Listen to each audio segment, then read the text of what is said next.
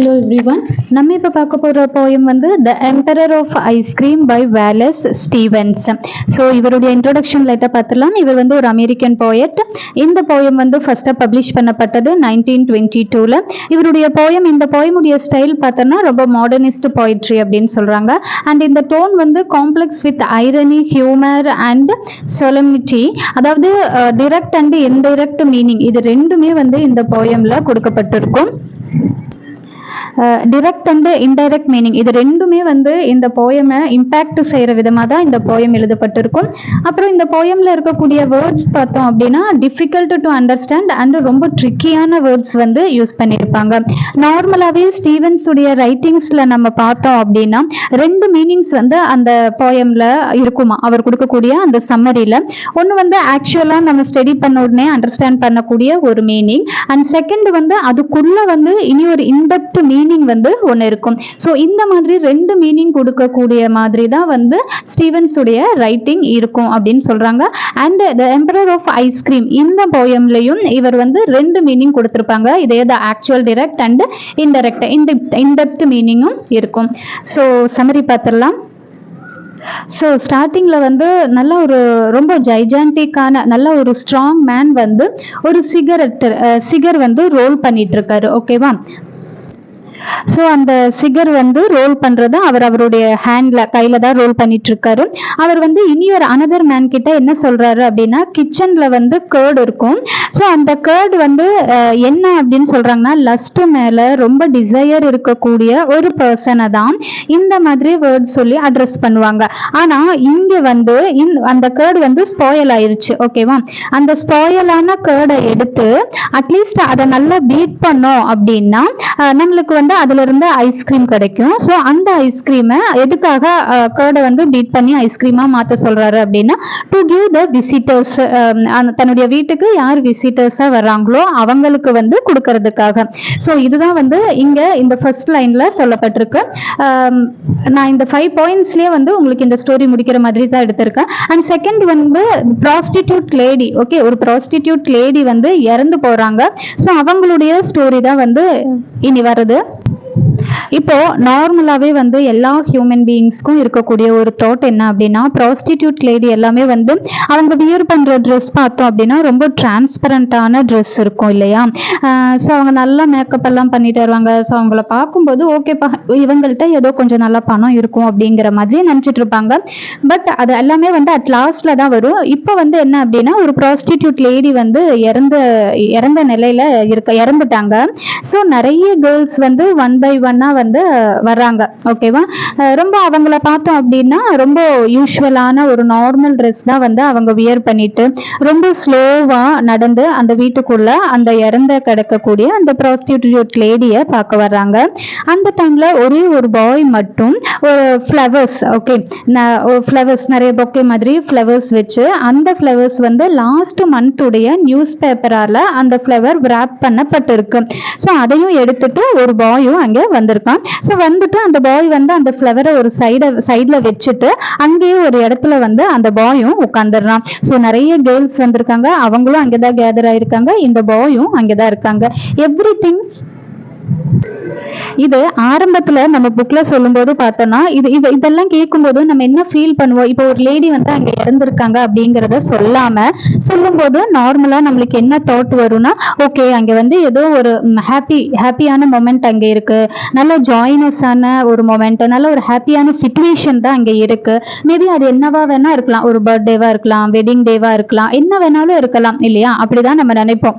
But at லாஸ்ட்ல தான் அவர் சொல்லியிருப்பாரு அப்படின்னா, என்ன சொல்லியிருப்பாருன்னா, அவங்க வந்திருக்கக்கூடிய அந்த லேடிஸா இருக்கட்டும், அந்த பாய், அங்க எல்லாருமே வந்து எதுக்காக வந்திருக்காங்க அப்படின்னா ஒரு ஃபெனரலை வந்து அட்டென்ட் பண்றதுக்காக தான் வந்திருக்காங்க அப்படிங்கறது லாஸ்ட்ல தான் சொல்லியிருப்பாரு. ஓகே, ஸோ ஃபர்ஸ்ட் வந்து நம்ம எல்லாரும் வந்து என்ன நினைப்போம் அப்படின்னா, ஓகே அங்க ஏதோ ஒரு ஹாப்பியான சிச்சுவேஷன் வந்து அங்க இருக்கு அப்படின்னு, அண்ட் லாஸ்ட்ல தான் ஒரு ஃபெனரல் அட்டென்ட் பண்றதுக்காக வந்திருக்காங்க அப்படிங்கறது தெரிய வரும்.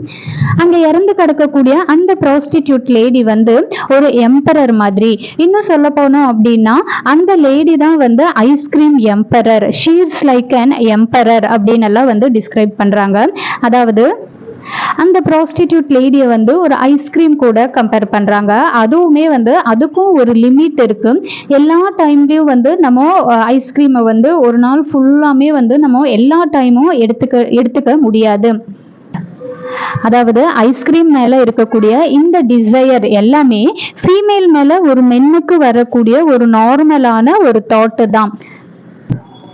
ஸோ அப்படின்னு சொல்லி ஆத்தர் வந்து இங்க ஒரு கம்பேரிசன் பண்ணியிருக்காரு, ice cream and the prostitute lady. So இது கூட ஒரு கம்பேரிசன் இங்க பண்ணியிருக்காங்க. அண்ட் மோர் தென் இவர் என்ன சொல்றாரு அப்படின்னா, ப்ராஸ்டிடியூட் அப்படிங்கிறவங்க வந்து ஒரு யூஸ் அண்ட் த்ரோ மாதிரி தான். மென்னுடைய டிசைருக்காக யூஸ் செஞ்சுட்டு அதை தூக்கி எரிஞ்சிருவாங்க. ஸோ இது வந்து யூஸ் அண்ட் த்ரோ மாதிரி அப்படின்னு சொல்றாங்க. ஆனா நம்மள நிறைய பேர் என்ன நினைச்சுக்கிட்டு இருக்காங்க அப்படின்னா, ப்ராஸ்டிடியூட் வந்து நிறைய மணி ஏர்ன் பண்ணலாம், அவங்க செட்டில் ஆயிடலாம் அப்படின்னு நினைச்சிட்டு இருக்காங்க. நிறைய பேர் இன்னும் நல்லா செட்டில்டா இருப்பாங்க அப்படின்னு எல்லாம் நினைச்சிட்டு இருக்காங்க. பட் ப்ராஸ்டிடியூட் கண்டிஷன் என்ன அப்படின்னு கண்டிஷன் என்ன அப்படின்னா இதுதான் அவங்களுடைய உண்மையான கண்டிஷன். வந்து நம்ம பார்க்கறதுக்கும் அவங்களுடைய ரியாலிட்டிக்கும் வந்து நிறைய டிஃபரன்ஸ் இருக்கும். நம்ம பார்க்கறது என்ன, அவங்க டிரான்ஸ்பரண்டான நல்ல ட்ரெஸ் வியர் பண்ணியிருப்பாங்க, நிறைய ஜுவல்ஸ் போடுவாங்க, மேக்கப் பண்ணுவாங்க, ஸோ செட்டில்டா இருப்பாங்க, அவங்ககிட்ட நிறைய மணி இருக்கும், இதெல்லாம் தான் நார்மலா திங்க் பண்றதா இருக்கும் இல்லையா? பட் இது ரியாலிட்டி கிடையாது. அவங்க கிட்ட ஃபுல் ஆஃப் பெயின் வந்து அவங்களுக்கு இருக்கும். இதுதான் ரியாலிட்டி. ஆனா அவுட் சைட்ல தான் வந்து அவங்க நல்லா நைஸா ட்ரெஸ் வியர் பண்ணியிருப்பாங்க, ஹாப்பியான ஃபேஸ் வச்சிருப்பாங்க. ஆனா உண்மையாலுமே அது அப்படி கிடையாது. அவங்களுக்கும் லைஃப்ல மணியோட லேக் இருக்கலாம், அண்டு சரியான ஒரு ஃபேமிலி இல்லை. ஸோ நிறைய டவுன்ஸ், அப்ஸ் அண்ட் டவுன்ஸ் சொல்கிறோம்ல லைஃப்பில், அந்த மாதிரி அவங்களுக்கும் இருக்கும். அதுதான் அவங்களுடைய ரியாலிட்டி அப்படின்னு சொல்கிறாங்க. அது மட்டும் கிடையாமல் நம்ம என்னதான் வந்து அவங்க வந்து ஒரு எம்பரர் அப்படின்னு சொன்னாலும், அவங்க எம்பரராகவே இருந்தாலும் அவங்க ஜஸ்ட் ஒரு ஐஸ்கிரீம் எம்பரர் தான். ஒரு பர்சனால லைக் பண்ணப்படுற ஒரு எம்பரர். அவங்களுக்கு யாருமே வந்து இம்பார்ட்டன்ஸ் தரவே மாட்டாங்க. அவங்களுக்கு யாருமே அவங்களுக்குன்னு சொல்லி ஒரு தனி ஸ்பேஸ் வந்து கொடுக்க மாட்டாங்க. இவங்களுடைய லைஃப்லயும் நிறைய positive side and negative side அப்படின்னு சொல்லி இருக்கு. இப்போ இந்த இறந்து கிடக்குறாங்க இல்லையா இந்த ப்ராஸ்டிடியூட், அவங்க வீட்டில் ஒரு ஓரத்தில் வந்து ஒரு பீரோ இருக்கு. ஸோ அந்த பீரோ வந்து எப்படி ட்ரெஸ்ஸர்னு சொல்லியிருக்காங்க, அது ஒரு பீரோ இருக்கு.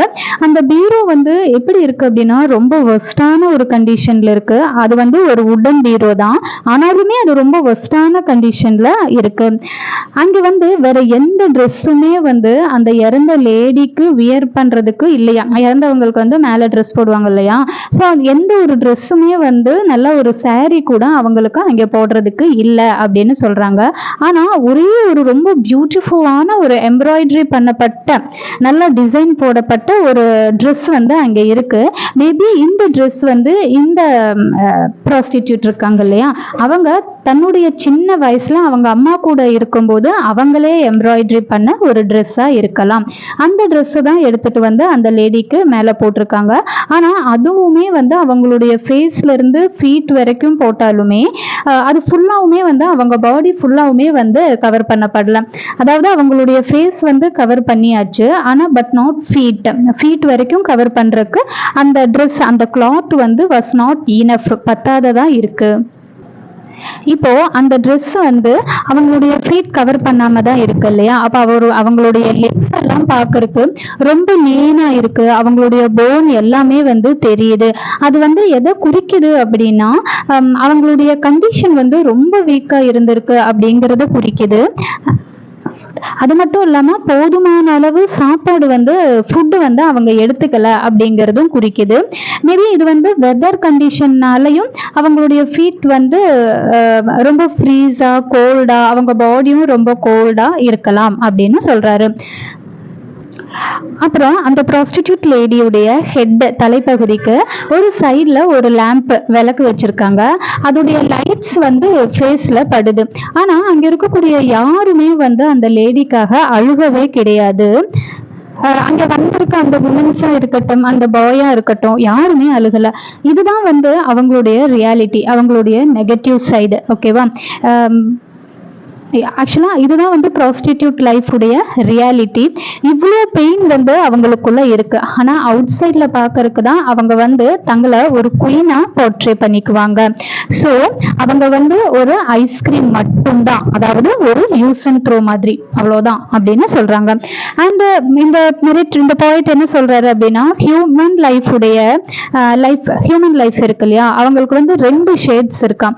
ஸோ அது என்ன அப்படின்னு பார்த்தோம்னா, ஃபர்ஸ்ட் எல்லாமே ஸ்டார்டிங்ல வந்து ஹாப்பினஸ் மட்டும்தான் இருக்கும் அப்படின்னும், செகண்ட் லைஃப் இருக்கு இல்லையா, ஹியூமன் லைஃப், அதுதான் வந்து இன்எவிட்டபிள் டெத் அப்படின்னு சொல்றாங்க. ஸோ இந்த போயம் வந்து எதை பத்தி சொல்லியிருக்காங்க அப்படின்னா, லைஃப்ஸ் ஆஃப் ஷேட்ஸ், இதை பத்தி தான் இந்த போயத்துல சொல்லப்பட்டிருக்கு.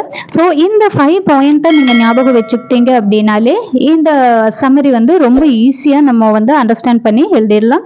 இந்த சம்மரி உங்களுக்கு யூஸ்ஃபுல்லா இருக்கு, புரிஞ்சது, எக்ஸ்பிளைன் ஓகே அப்படின்னா கண்டிப்பா நம்ம சேனலை சப்ஸ்கிரைப் பண்ணுங்க. தேங்க்யூ.